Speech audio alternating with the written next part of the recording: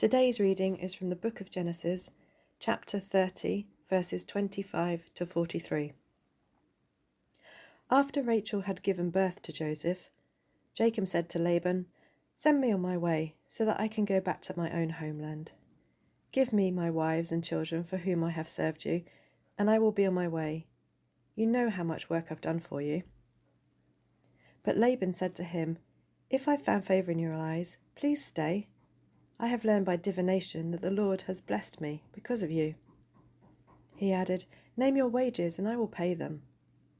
Jacob said to him, "You know how I have worked for you and how your livestock has fared under my care.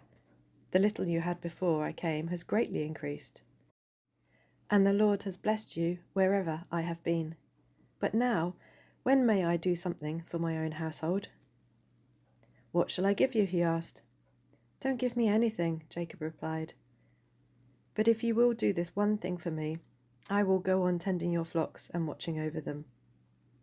Let me go through all your flocks today and remove from them every speckled or spotted sheep, every dark-coloured lamb, and every speckled or spotted goat. They will be my wages. And my honesty will testify for me in the future whenever you check on the wages you have paid me. Any goat in my possession that is not speckled or spotted, or any lamb that is not dark-coloured, will be considered stolen." "Agreed," said Laban. "Let it be as you have said." That same day he removed all the male goats that were streaked or spotted, and all the speckled or spotted female goats, all that had white on them, and all the dark-coloured lambs, and he placed them in the care of his sons. Then he put a 3-day journey between himself and Jacob, while Jacob continued to tend the rest of Laban's flocks. Jacob, however, took fresh-cut branches from poplar, almond, and plane trees and made white stripes on them by peeling the bark and exposing the white inner wood of the branches. When he placed the peeled branches in front of the water troughs so that they would be directly in front of the flocks when they came to drink. When the flocks were in heat and came to drink, they mated in front of the branches, and they bore young that were streaked or speckled or spotted. Jacob set apart the young of the flocks by themselves, but made the rest face the streaked and dark-coloured animals that belonged to Laban.